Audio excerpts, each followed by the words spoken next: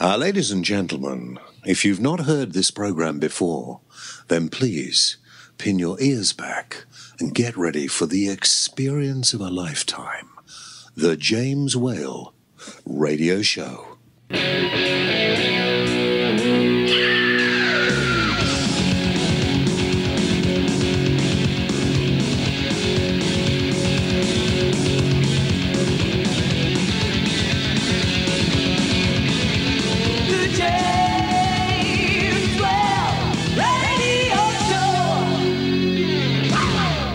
So here we go. Robbo is here. Are you here, Rob? I'm here, yes. Yep. Yes, good. I'm here as well. This is the James Whale Radio Show, online, on radio, on everything, and everywhere.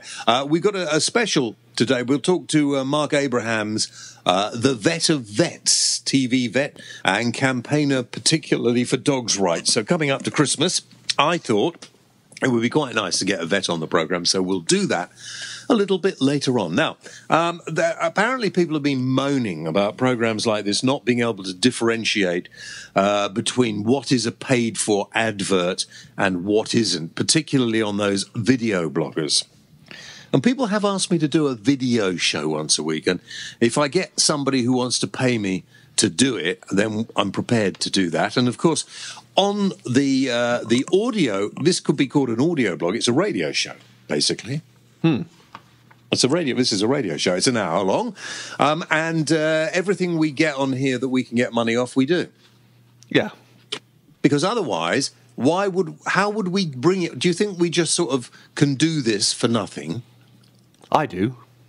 Well, yes, I know you do, but then you're stupid. Yeah. I mean, the fact is that that I don't think you, the listener, the consumer of audio entertainment, are as stupid as people think. So when I tell you that I am at the moment driving the Ford Cougar, although I'm not actually getting paid for that when I think about it, but I am driving the Ford Cougar for a couple of weeks, and very entertaining it is too. I have to say, in this bad weather, four-wheel drive Ford Cougar, which you can see more of on the website, jameswhaleradio.co.uk. You can see the bits and pieces about the Ford Cougar there. And so Ford are actually sponsoring part of this program. That's why I'm telling you about it. The only thing, by the way, I do have the little criticism of lots of cars, and particularly, I haven't found cars at the moment where the wing mirrors, I get up, I do a very early radio show, and the wing mirrors quite often take a while to clear. I'd like heated wing mirrors. I'm sure in the very expensive cars there are heated wing mirrors, but the cars that wheel drive, I think that should become a standard, and it can't be that expensive, surely. No, I just put a light bulb inside. Yeah, but the Cougar I'm driving has got heated seats, and I've never had heated seats before, and I think I've only got it for a couple more weeks, which is a bit of a shame, because I'm really beginning to enjoy the heated seats. I love heated seats. I wish my car had heated seats. I wish actually my car had a heater. My car hasn't had a heater for 5 years. Well, I think it's probably time that you got to drive some of these cars as well. Yeah, I need to speak to Ford, really, don't I? Yeah, I think so. So you want to find out about the Ford Cougar? Then pop into your Ford dealer. And yes, I'm been driving around in the Ford Cougar, and that's why we're telling you about it. Otherwise, I'd have to get my own car to drive around in, wouldn't I? Yeah. Yeah. No, it's good. Nice car. Go and try it. Anybody else wants to give me a car, feel free. Now, what else? So everything, what else? You can go to our shop, James Whale Radio /shop, and there's stuff in there that we're not paid for, but you can pay for it if you want to buy it. Yeah. Something like that, yeah. And then there's Audible. Yep. Which we get some money out of if you sign up to Audible. You get yourself a free audio book. That's good coming up for Christmas. Yep, and then we got Love Film. Love Film. Yep, we get a commission every time you sign up to Love Film. So sign up for us. And, if you like it, you like it. If you don't, you don't. That's up to you. Sign up. get a month of free movies, won't cost you anything, because that's what free means. Yep. And coming up to Christmas, look, it's nearly December. You might as well sign up for Love Film, get all the movies free for the month of December. Yeah, and then cancel. Yeah, well, can if you want, but, you know, you might like it. You might think Love Film are the best thing ever. So go and give it a try. Give it a try. And yes, we make money out of that. I don't think I need to make that clear anymore, do I? No, can we never say it again? Well, yeah, but apparently the advertising staff, I didn't think they had any say over what we did. Oh, here, listen, talking about having a say over what we did, all this business about Facebook and not giving up the information that may well have saved the life of Fusilier Lee Rigby. What is your take on that as the tech expert on this programme? That's a very good question. The Facebook is quite open, so how you can monitor most people's Facebook pages, because most of the stuff is public, unless they've really locked it down. But as far as I'm aware, the rule should be, if the Secret Service want to look at anything on any computer in anywhere in the world, they should be able to. End of. Well, yeah, I think they should be able to, but obviously they can't. And sometimes organisations like Facebook, well, Facebook have been getting all the stick over this, have not been complying. Now, if terrorists can use social media as a platform for their evil, ill-gotten ideas, then surely there has to be some sort of control over it, doesn't there? And people, when you use the term control as far as social media is concerned, everybody gets very upset. Why? I mean, if some of the people who say some of the ridiculously stupid things on Twitter or on Facebook, and I look at some of the people who say some, I mean, it doesn't bother me one way or the other. You can say anything you want about me. I could not care less. But I always work myself by this premise. If I wouldn't say it to your face, then I wouldn't say it on Twitter or Facebook or anywhere else. And if you want to be rude about people, quite often celebrities, have the guts, have the intelligence, have the well, whatever the word is. I don't want to be too insulting. Not to say things because you think you can hide behind the anonymity of being on Twitter, on Facebook, or wherever you are. Because it's just, you know, you look stupid, the people who do this, and the complete overuse of I'm going to use a naughty word. I'm going to say, you know, pathetic, really, inadequate human beings. And you make yourself look stupid. And it doesn't do social media any favours at all, does it? Nope. There are ways of dealing with these people, though. Are there? Yeah. How do you do well? Sorry, I'm coughing all over the place. Yeah, what? Well, you do quite well. You just retweet the insults, and that I retweet the insults, and then my followers go and deal with them. But, exactly. Perhaps that's a bit naughty. I don't know. I think that's the best way. Yeah. By the way, listen, if you want to advertise on this programme, get in touch with us. jameswellradio@gmail.com if you want to advertise. That's all you have to do, isn't it? Shall we have some tech news now? No, shall we not have some tech news? We've just done tech news. Have we? Yeah. We've got so much to go in the show. Do you think we did? Yeah, I think so. We mentioned Facebook. Yeah, I suppose we did, really, actually, when I think about it. We've got coming up later on in the programme your thoughts and questions for me. But why don't we why don't we do this? Because I actually went last night, well, whenever you're listening to this, I don't know, to see a film called The Pyramid Text. It's a film by my good friend James Cosmo, who, of course, has been in many things. I suppose lots of you will remember him or know him from Game of Thrones. And Cosmo has made this movie called The Pyramid Text. It is the most amazing thing I have ever seen. It is just James on his own. It's an hour and a half long, it's in black and white, and it takes place in a boxing ring. And it really is quite unbelievable. And if you can get to see this, I'll try and get James to come on and be a guest in the next couple of weeks and talk about it. It's an amazing movie. I would recommend it. It's not available anywhere yet. I went to a screening last night. And I got assaulted by Shane Ritchie as well. Did you? I put the picture out on Twitter.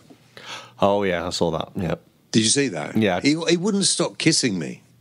Well, you have that effect. Yeah, no, I know. Well, and Shane's always kissing people, so he just carried on, you know. He didn't kiss me. Now, he didn't kiss you, no. Well, he told me you turned up at a thing he was doing, but he charged you to get your photograph taken with him, and I said, well done. He charged my wife. He didn't charge me. Why not? Why didn't he charge you? Because I didn't want my photograph taken with him. You actually didn't want to have your photograph taken with a friend of mine? Listen, if I wanted a photograph with Shane Ritchie, I would just make one. I would just get a picture of him and mask it over the top of me and within 5 seconds. I don't need to travel 3 hours to go and get a photograph. So why did your wife have to? Why couldn't you have done it for your wife that way? She wanted to meet. I don't know why. She wanted to meet him. Oh, dear, you're on very, very shaky ground here.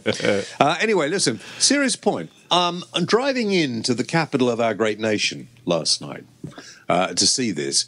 I cannot tell you how many idiots on push bikes there are on the roads. It was drizzling. It was dark. I'm driving through central London in the Ford Cougar, which has remarkable all-round vision, by the way.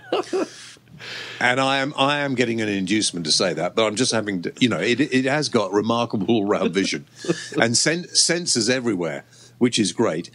But cyclists are idiots.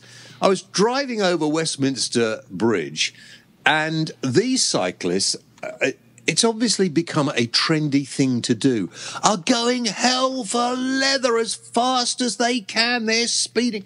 Now, if they make a mistake, as one sadly did, was all right, decided he'd cut in front of a cab coming the other way didn't see this guy, the two cabs collided, the cyclist was caught in a kind of V-shape in between them, because the cyclist is going so bloody fast in and out of the cars. These are just accidents waiting to happen. And the lights, some cyclists, well, some don't have any lights at all. Others have these really bright lights that actually blind you. And then others have these flashing lights that I would imagine could give people quite severe headaches that flash on and off and on and off. And for some reason, the cyclists treat all of us motorists as if we are the enemy. So they're looking for confrontation all the time. And I have to say that cyclists I think they're a nuisance, okay? But I don't think our roads are designed for them. And I don't know why everybody seems to want to ride bikes, but there we are. It's a free world. If you're going to ride a bike, fine. The more high visibility the stuff you can wear, the better. And for goodness sake, wear some protective headgear and clothing. And just listen, be sensible. The speed some of these cyclists are riding along by the curb, I'm not surprised some people walking are frightened of crossing the roads. The cyclists, a lot of them, not all, but a lot of them, have no respect for the highway code, for red lights or anything else. So I seriously, I was absolutely amazed. I hadn't driven into town for a while myself. Usually let Mrs. W do the driving. And I think cyclists have got to really pay attention. They are asking for trouble, and we've had quite a lot of cyclists killed in London over the last few years. Take it easy. It's too fast. Slow down. Which brings us to what? What? What does it bring us to? Oh, it brings us to the video. Yeah, are you not listening to the programme? I mean, if it's too boring for you, tell me, and I'll get another producer. No, I've got my finger on the red button, waiting for you to say something naughty when you're going off on one of your rants. That I never say anything naughty. Okay. Now sod off. Right, okay. This is a charity single, and it calls on drivers to help stop 5 people a day being killed on UK roads. And I thought it would be quite appropriate to play this. This is it. Are we ready? We're going to play it? What are we doing? We'll play it, yep. And it's the message of Slow Jam. Look out, the official single released by London-based band Me for Queen. to mark the start of the UK's flagship road safety event, Road Safety Week, which is coordinated by the charity Break. Now, if you like it and you want to show this to your mates, you can find it on iTunes. Have a little listen to this. Watch it on our website at jameswellradio.co.uk. Out here on my own, tell myself I've moved on, riding steady.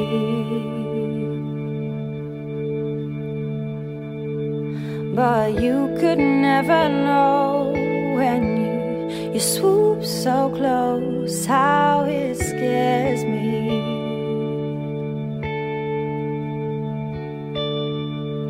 So let's just take a moment and take a couple more.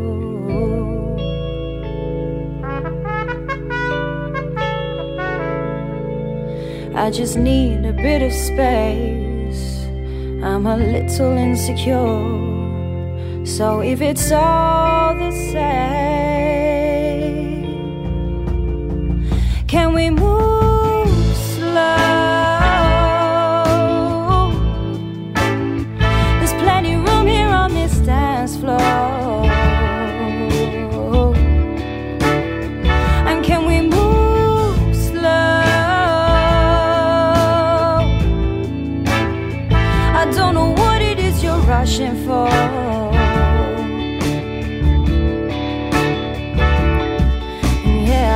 Been hurt before. When you open the door, send me flying. But I come back for more. Every day back on the horse, keep on trying. Just let me set the pace. You think it's all a race, but no one's winning. I'm not pushing you away, but you gotta learn to wait. We're just beginning.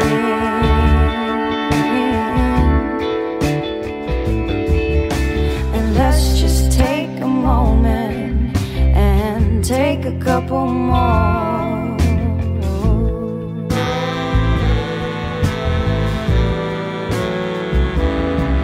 See, we all need our space, and we're all insecure. So if it's all the same,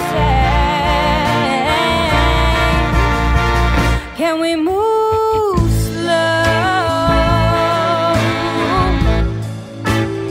There's plenty room here on this dance floor. And can we move slow? I don't know what it is you're rushing for. And can we move? And I'll be good to you. Just look out for me, and I'll look out for you. So just be good to me, baby, tell you I'll be good to you. And just look out for me, baby, tell you I'll look out for you. Can we move slow? There's plenty room here on this dance floor. Can we move slow?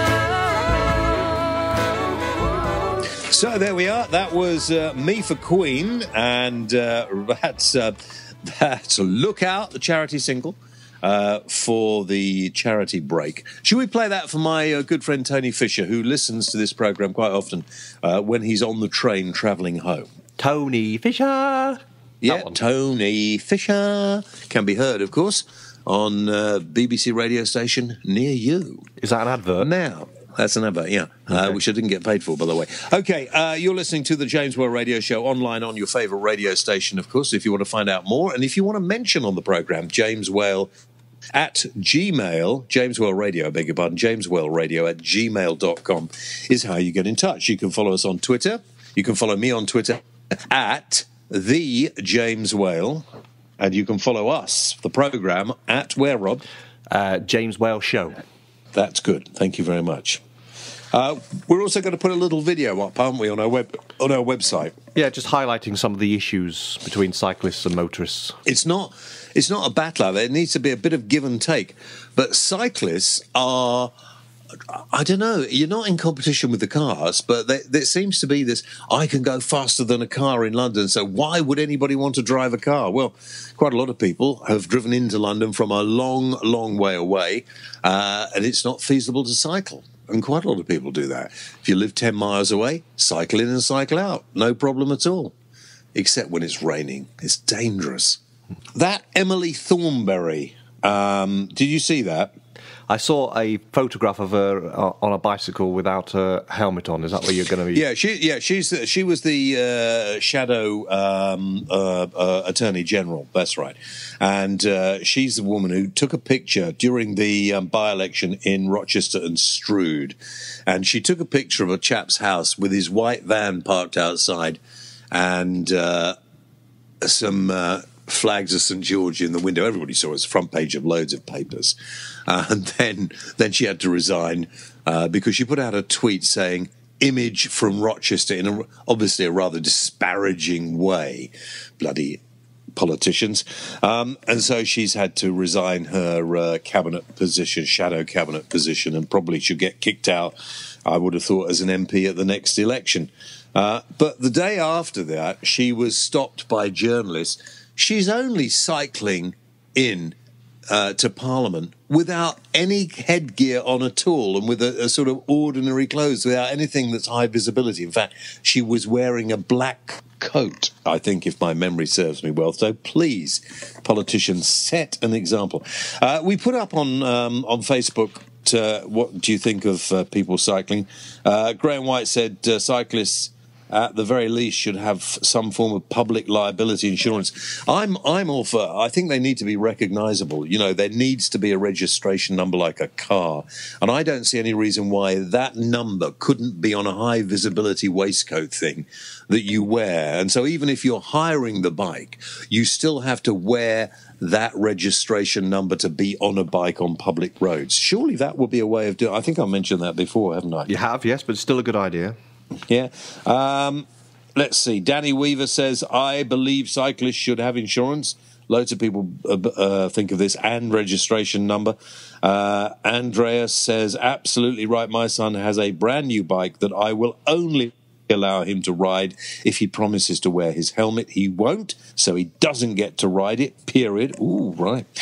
Brian says, it's the drivers that are the idiots. Don't always blame the cyclists. Brian, funnily enough, I would agree with you. Some drivers are idiots. Not all cyclists are idiots. But if you are on a bike and you make a mistake, or even the car makes a mistake, who's going to come off worse, you or the car? And a car driver doesn't have anywhere near the visibility that you have when you're on a bike. And also, I go back to this whole thing of speed. The speed that some cyclists are going through the centre of London is such that if somebody steps off the curb in front of you, if a car does something that they shouldn't do, a lot of the cyclists in London at the moment are going so fast that they are going to come to a realiest cropper. A realiest cropper. They're going to come a real cropper. Well, you know what I mean, don't you? Mm. Mark says, I'm a driving instructor, and I've seen good and bad on both sides of the argument. If everybody left an additional 10 minutes for every journey, you would find fewer collisions, reduced frustration, lower blood pressure all round. And Steve Harris says, they should ban cars from main cities, only public transport and bikes. I don't think anybody drives in a city unless they have to. And if the public transport works, and if you can hop on and hop off, yeah, I think that's probably a good idea. Right, okay, now listen, let's get the vet up. Marc Abrahams, who recently voted Vet of the Year. I want to talk dogs right after this commercial break. Would you like a free audiobook? our friends at Audible are giving everybody a free audiobook just by going to the James Whale Radio Show website, jameswhaleradio.co.uk. All you need to do is click on the Audible link, register, and you'll get your free audiobook. It's a bit like a book club, and remember, you can leave at any time and you still get to keep your free audiobook. So what are you waiting for? Just head over to the James Whale Radio Show website, jameswhaleradio.co.uk, and click on that Audible link now. Now, of course, this is the time of year when people start thinking about Christmas and they think about presents. And every year we always say, don't buy a dog, a pet of any sort. Leave it till after Christmas because, you know, you buy it on impulse. They look cute, they're cuddly, and everybody wants a dog. I love dogs. I prefer dogs in many cases to human beings. But I've had dogs, well, all my life, and there are lots of problems related to having a dog and various other animals too. So let's welcome to the programme TV vet, Marc Abraham. And are you Vet of the Year, Marc? I am at the moment, yeah. I'm Vet of the Year with the Animal Welfare Awards, so I'm very proud because of all my sort of animal welfare campaigning. They gave me a Vet of the Year. So, like, we have the vet on the programme. If you want a vet, this is the vet. I am at your service right now. Brilliant. Do you like animals? Love them. Good.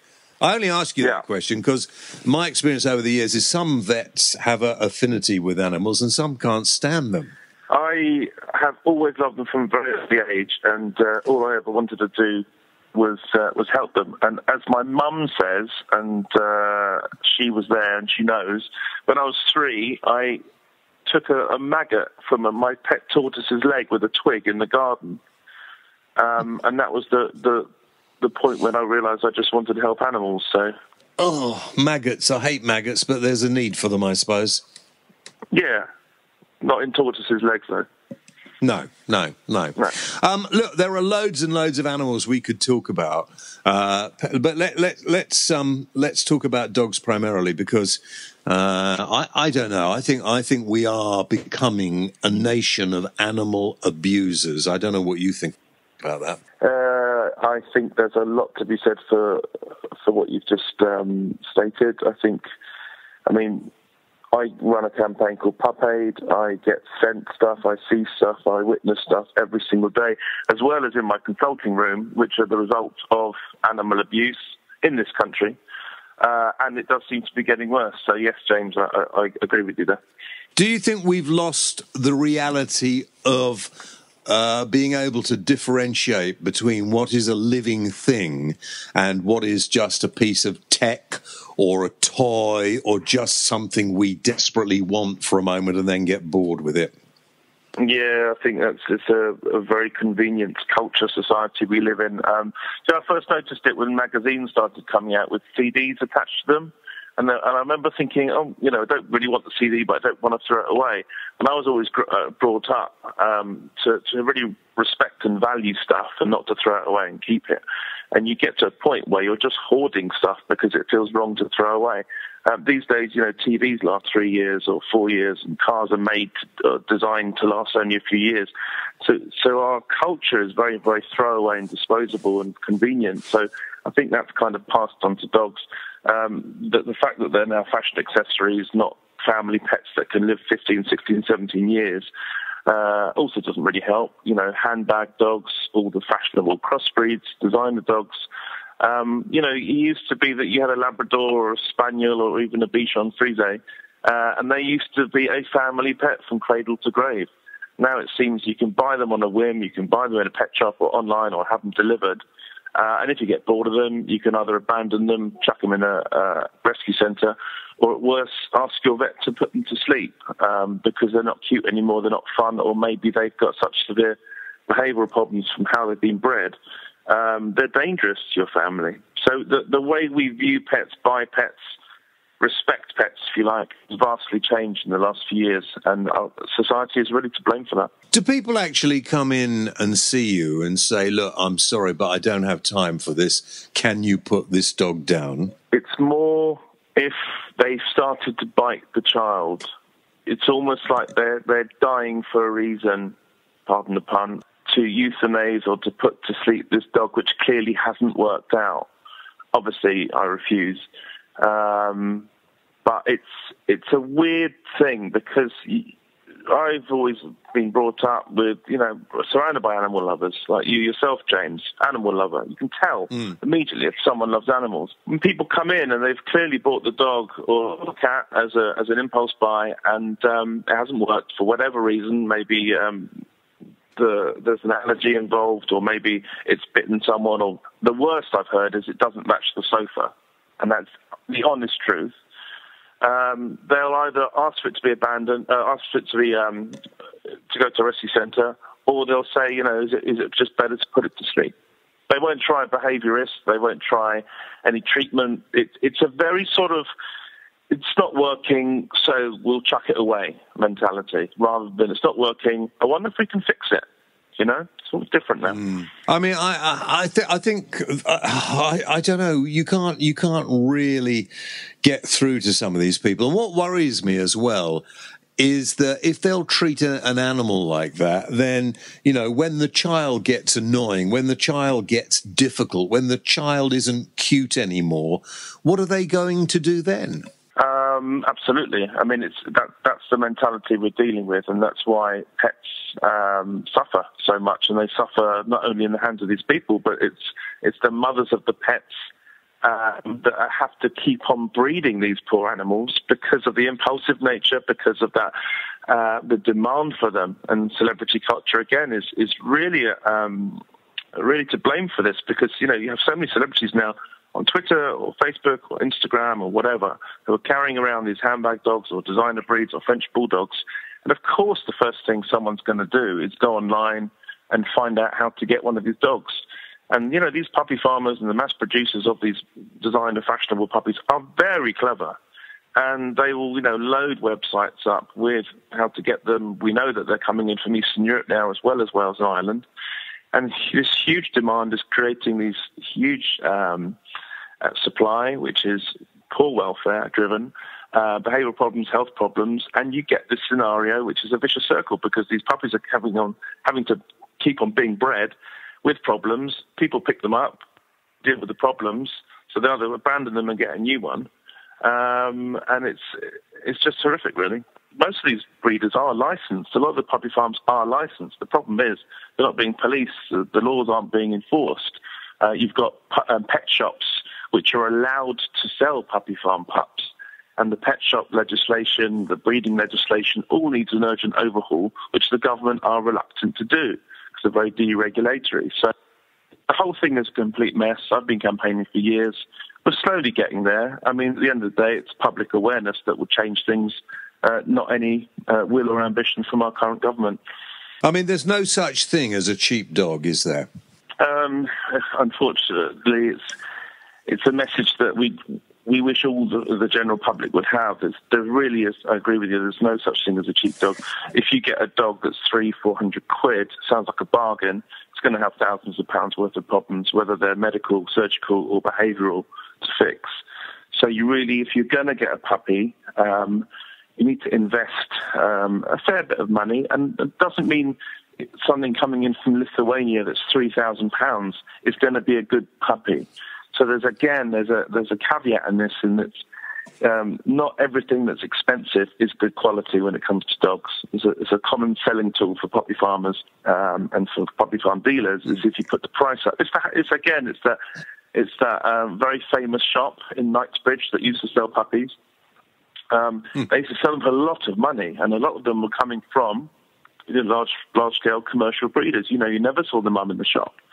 So it's a case of doing your research, contacting the kennel club, going to an assured breeder if you really want a pup. Obviously, at this time of year, that's the last thing you want to do, because anyone selling a pup at this time of year, late November, early December, will be doing it for the money and not for the love of the dog.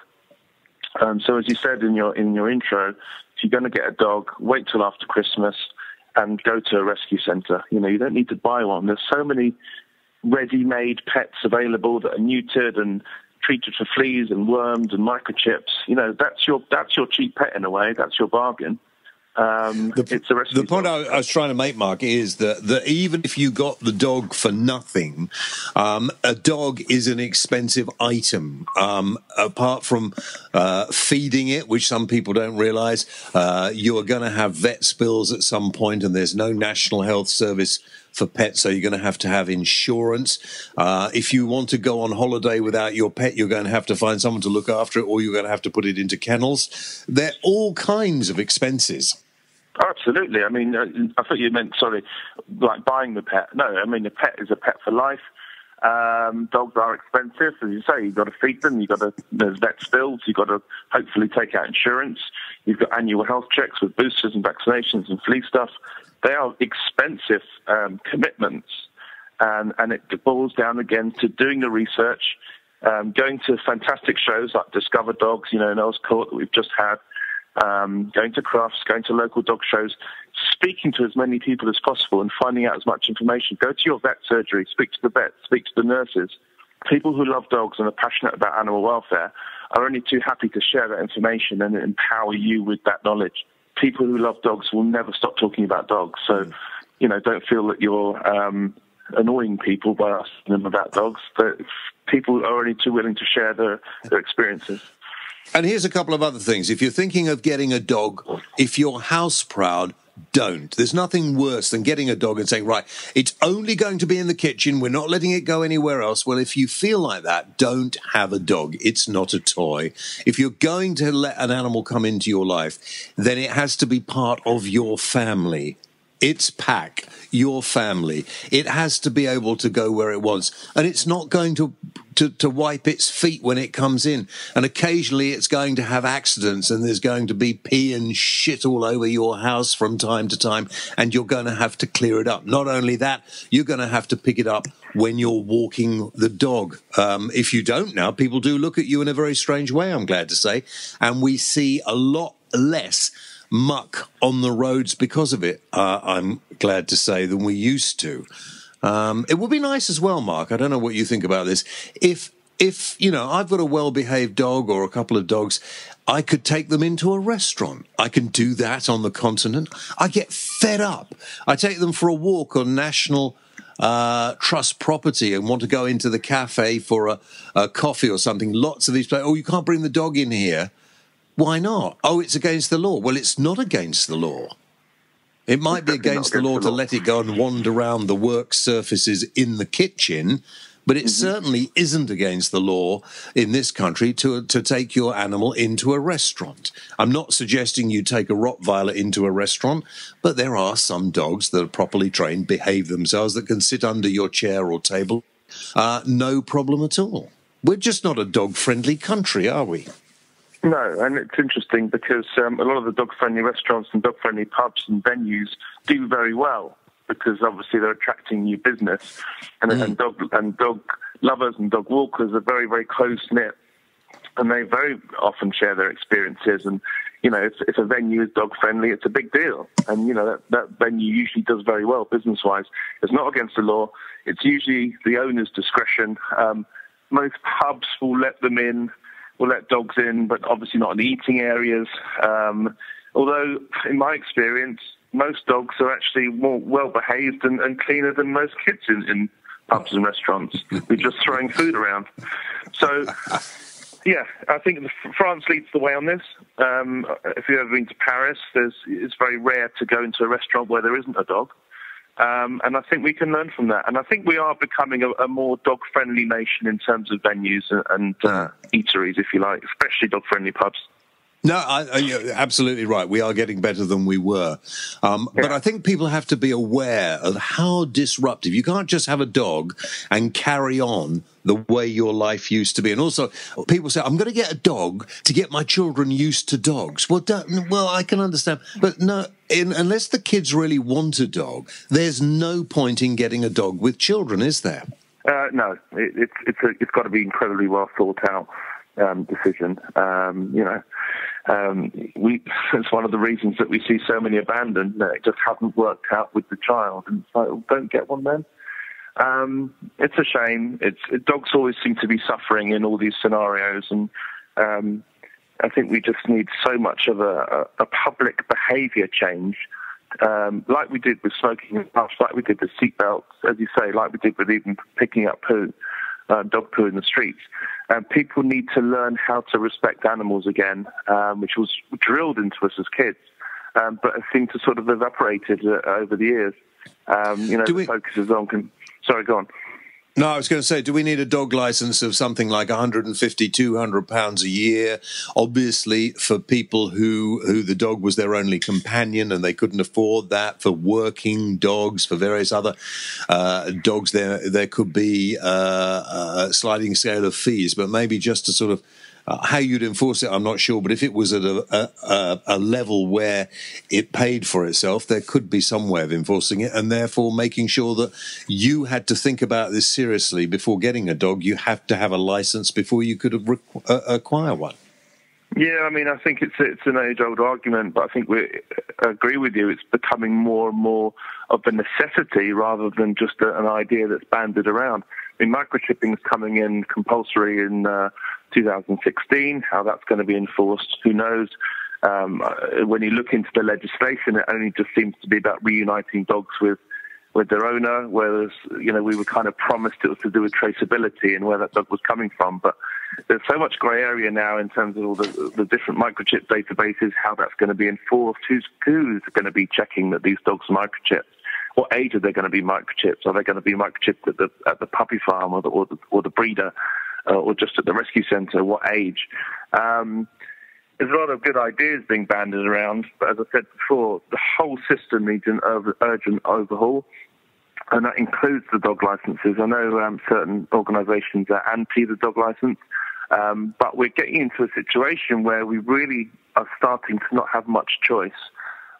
Because, we've got dog control orders, microchipping, there's so much going on. We need to sort of lock this down, move forward as a sort of group that's concerned about dogs in the UK. Otherwise, they're going to be the enemy, and we won't have any spaces that we can have dogs or restaurants or anything else. Now, I am talking all about dogs, and I should perhaps give some time to cats, and that's maybe another program. And it's a completely different issue having a cat. Although I sometimes think people get a cat because they're lazy and they can't be bothered to look after a dog. That's not the same for everybody. And the small animals like the guinea pigs and the mice and the rats and the rabbits, I just don't like. I mean, first of all, they don't get treated very well, and people buy rabbits and stick them in a hutch in the garden and never let them out. Yeah, I mean, rabbits over the last few years, we've learned so much more about rabbit behaviour and their needs. They're incredibly clever, they're fun, they're becoming probably the third most popular pet now. A lot of them are house rabbits. They play with toys, they interact with owners. So that, again, that whole rabbit thing is shifting. The way we understand animals is so vastly different to years ago now, because so much research is done in behaviour. I have always had a number of dogs because I always believed, and I was able to keep more than one dog, that it was unfair to keep a species of it, just on its own with no other member of its own kind, if you like. That's because I think I'm a bit stupid and a bit daft, but it's led me to realise over the years that, like human beings, animals have personalities. Absolutely, they have personalities. They're all individuals. They need interaction, and you get the best out of your pet, if you like, if you interact with it, or you have another pet that interacts with it, preferably all three. And also, the research has been done now. The diets are all different. Once upon a time, we fed rabbits a sort of muesli mix, which is really frowned upon now because they kind of cherry pick the sweet stuff and leave the stuff that actually wears their teeth down. So they end up getting bad teeth and diarrhea, etc. So the diet's changed, behavioural needs have changed. We're respecting animals in a different way. Funny enough, it seems to be we're respecting the rabbits a lot more than the dogs. It constantly fascinates me as a vet and a lot of veterinary staff, because we're seeing changes all the time in terms of how the animals are viewed. Disposable, children's animals, rescue animals, pedigree animals, designer animals. There's so much out there, but it does need a constant sort of monitoring, really, as you're doing. I always I get quite annoyed with religious folk when they go on about animals don't have souls. Well, if a human being has a soul, then an animal has a soul, and I defy anybody to prove differently. Absolutely, of course they've got souls. They've got such strong personalities. They're living beings. Of course they do, and we're lucky to have so many animals around us in our lives. I mean, there are cultures, talking about religion, there are cultures where dogs are sort of seen as dirty, and I think it almost starves people that golden interaction you can have with a dog. So in this country, I know we're pretty bad in some aspects, but at least we have a culture that embraces dog ownership rather than ostracizes it. So listen, just before we finish this, I've kept you a long time, and I know you're going to be busy, but we did put out on our Facebook site yesterday, when I knew you were coming on, some questions. Asked for some questions from our listeners, so I've got a couple. Can I give them to you now? See what you say. Yeah. Let's start with Kay. Hi, Kay. She says, my Labrador Retriever has a spasm in his back leg, and then he can't control his bowel movements. What could be wrong? That needs urgent veterinary attention. It'd be wrong to diagnose over the phone. So make an appointment with your vet ASAP and get them to check out. That needs a physical examination. This one from Karen says, I'd like to know what I can give to my cat that's 5 years old to keep her teeth healthy. She's an indoor cat. I tried to buy her the healthy crunchies, but is there anything else I could be doing for her? Teeth usually respond well to sort of hard food, so that, you know, the really hard, compacted, dry food. You can attempt to brush your cat's teeth with a finger brush. It's usually easier with dogs, though. But yeah, there's also various things that your vet could recommend that you can put in the food that occasionally have the benefit the teeth. But on the whole, cats usually benefit from just the hard food, really, crunchy food. Mark wants to know, he uses something called Advocate on his dogs. I don't know what that is at all, but it must be some sort of... Flea is treatment. that a word? Yeah. He says 2 days ago, his dog ate a snail, and he's concerned about lungworms. Do I need to panic, or will she be okay? Shouldn't panic. Advocate does treat lungworm, does hopefully prevent lungworm. So any symptoms that you see, which is coughing usually, or sort of lethargy and malaise, just contact your vet as soon as possible. But regular Advocate usually protects against lungworm. And this is Carol. I've just got two more to go. Carol says, could you please ask Mark just exactly what is poisonous to cats? I've heard human yogurt's poisonous and garlic chicken. Is that right? No. What's poisonous to cats? Antifreeze is very poisonous. And especially at this time of year where it's usually hanging around people's garages. You've also got lily pollen, and that's mainly an Easter spring problem, but lilies for florists, their pollen can cause kidney failure. And it's also worth noting at this time of year that the sort of festive dangers that are lurking for our pets. You've got, tinsel can be dangerous to cats if they start eating it. It can gather in their guts, and that requires surgery. You've also got, just going back to dogs, you've got chocolate, which is really dangerous. Baubles hanging on the tree can break and cause problems. Grapes, raisins, onions, turkey carcasses, all potentially lethal to dogs. And you've got the Christmas plants as well, like holly and ivy and poinsettia and mistletoe. Dangerous, all dangerous. And again, if you're having people around for Christmas and they're strangers and they're not used to pets and they're not used to cats or whatever, dogs, doesn't matter, then allow your pets to have a safe place, a den, if you like, to de-stress and be less nervous, because so many kids arrive at houses and they start pulling the dog's tail and jumping on the pet when it's asleep, get bitten or get attacked, and that's where the problems come from, and it's not the animal's fault. So just be sensible at Christmas and be aware of all these dangers for your pets. And chocolate and onions and raisins and dates in particular that lots of people don't realise are very dangerous to dogs. One last one here. Kennel cough. Bit of a problem. Lorraine wants to know, how long does it last? And if you have two puppies like I have, can they keep reinfecting each other or do they become immune? It's a very, very good question.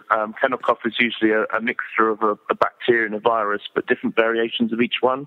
So we can actually protect to some degree dogs against kennel cough by giving them what's called an intranasal vaccine, which is one that's squirted up their nose, which they hate, especially if they've had it before because they know what's coming. Any dogs with kennel cough, we recommend that they're given a course of antibiotics and treatment to sort it out. Yeah, they can reinfect each other. It does happen in multi-dog households. Sometimes they just need to be on antibiotics for an extended period of time. It's treatable, they respond well, and it is a very common problem at this time of year. I'm seeing it a lot in my consulting room. All right, Mark, listen, thanks for that. Just before you go, Mark, my producer, Rob's just got a new puppy. Any questions, Rob? No, my dog is behaving perfectly now. It was a bit mouthy to start with, but it's all settled down now. Oh. Good. What sort of dog is it, Rob? It's a Couton de Terrier. Very nice. It's a little bit bichonish. Yeah, very fluffy, very small. Yeah, white and fluffy. Yeah. It's the White and Fluffy Dog Club. Yeah. Listen, if people want to find out more, and Mark has got time, Mark is a prolific tweeter, and you can follow Mark and you can ask him questions. What's your Twitter site? It's Mark the Vet, but Mark with a C, so MarcThevet. And also, please follow Pupaid, Pupaid, which is our anti-puppy farming charity campaign. And one final note, James, if I may, if you're going to spoil your pet rotten, which I hope everyone will at Christmas, always please spare a thought for pets that are stuck in rescue centres who maybe last year or the year before were with their family. Maybe their owners died, maybe they've gone into temporary accommodation. Take them blankets, take them toys, take them food, spend time with them, give the donations to the rescue, and in the new year maybe consider adopting one, because we have a huge rescue pet surplus in this country, and people need to adopt them. They've done nothing wrong. They're fantastic pets. We've already mentioned that they're complete bargains. So really consider your local rescue centre and help save a life, really. Do you know, I went to a new Dogs Trust centre in Essex the other day. Brilliant place. State of the art. Yeah, they're incredible. They're incredible places. They're so good. And in it, they have got a couple of places which are like apartments for dogs that have problems. They have issues. Now, the Dogs Trust won't put the dogs down. These are old dogs who have been with their owners for a long time, as you say. The owners died, or maybe they've been put in prison or something, whatever. Anyway, the dog has been left on its own, and it can't be rehomed for all sorts of reasons. Sometimes a dog is completely imprinted on its owner, and so they've given them. It's wonderful. There are a couple of these long-term kennels, but they're more like an apartment with their own garden, with their own paddling pool, with their own television set, and they just need a bit of love, and they're quite happy there, but they every now and then they like somebody to come, maybe take them for a walk and just sit on their sofa and have a chat with them. It's excellent. Absolutely, volunteer. I mean, you got Dogs Trust. You can be a volunteer dog walker. Also, a lot of the cat places you can be a cat cuddler. And just come in and give a bit of your time, and maybe you'll bond, and hopefully you'll end up, maybe fostering the animal, or better still, adopting it for life. So get involved with your local rescue centre. It's a really nice thing to do. Mark, good to talk. Let's do it again sometime. Thank you very much I'd love to, James. Thank you so much. Cheers. Bye, Mark. Bye. Bye-bye, James. There we are, Marc Abrahams, and thanks very much indeed, Mark. And we'll put up on our website, Rob, won't we, how you can follow Mark and get in touch with him as well. Yep, we'll definitely do that, yeah. And, I would just say, if you're thinking of getting a dog, okay, it's going to change your life. Your life will never be the same. And you see some of these so-called celebrities with their dogs, as Mark was talking about, and what worries me is you see them for a few months and the dog's with them all the time, and then suddenly they don't have a dog anymore. Where did the dog go? If you have a dog, it will change your life. and it will change the state of your house.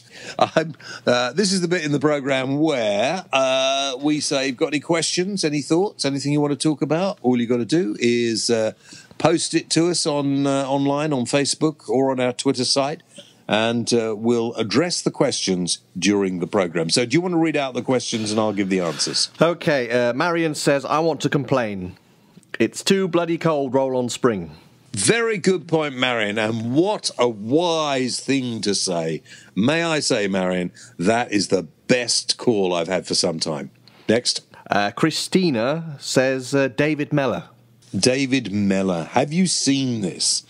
Have you seen this? David Mellor, who I know quite well, actually, and he can be a bit of a pompous so-and-so, it has to be said. David Mellor, of course, got in a cab. It was in all the papers, and he fell out with the cab driver. And in the end, the cab driver is arguing with him, and David Mellor saying, I was Queen's Counsel. I was a cabinet minister. I'm an award-winning broadcaster. How could you argue with me? Don't you know who I am? And quite frankly, I think what the cab driver should have done is stop the cab, told him, look, mate, I don't care who you are. I think David Mellor will probably find it very difficult to get a cab for some considerable time. Do not behave like David Mellor when you get into a taxi. These guys are only trying to earn a living. Next. Stuart says, your memories of Frank Sidebottoms. I saw a pilot of his Shed show this week. Oh, I've seen that. That's good. Yeah, Frank Sidebottom was a funny character. He sadly died, didn't he, the character who played Frank Sidebottom, or Frank Sidibottom. He was a very shy bloke, very shy, very nice guy, very quiet, very shy, until he put the papier-mâché head on and became Frank Sidebottom. And, of course, Yorkshire Television made Frank's Shed show. Sadly, didn't really take off. I think it started, if my memory serves me well, I think Frank Sidebottom started on Piccadilly Radio. Was it Piccadilly Radio in Manchester? And became a sort of a cartoon character. And then they tried to put it on television, and sometimes these things don't work. And I can't remember... hang on, the name of the guy who played Frank Sidebottom, which is terrible. I feel bad about that. But I remember a few times sharing a program with him, and he was a very shy guy until he became Frank Sidebottom. Yeah, I'll put the pilot up on our website somewhere. I think I've got it somewhere. Oh, that's a good idea. Yeah, go and have a look. It was of its time. Yes, it's definitely unique. Yeah, and you're in it twice, I think. Yeah, no, I remember actually the making of it, and I remember the crew coming in and building the shed. Yeah, and somebody saying, "Listen, when you finish with that, could I take that back to my garden? Could you put it up to me in my garden?" I think it went back to wherever it came from, though. One more. Gary wants to know when you get pulled over for having tinted windscreens on your car, how come the cop gets out with dark shades? Could it be said that they could always take them off, but then again, you could always wind the window down? No, I think you're just being difficult, Gary. You know, if you have tinted windows, it's different to wearing sunglasses. Gary, you know this. You're just trying to wind me up, mate, aren't you? I don't see many policemen in this country wearing shades anyway. I think that's it now. I think we've run out of time. Have we? Okay. Yeah. Well, thank you very much indeed to Rob for doing that. And keep the questions coming in for next week. And who knows? Who knows what we'll be talking about then? If you've got any suggestions for guests you'd like to hear on the programme as well, or subjects you want to hear me talk about, jameswhaleradio@gmail.com. I'm going now. Bring the car round to the front. Which one, the Cougar or the Jag? No, bring the Ford Cougar round. Thank you. Is that an advert? James Whale, the voice of reason on the James Whale Radio Show.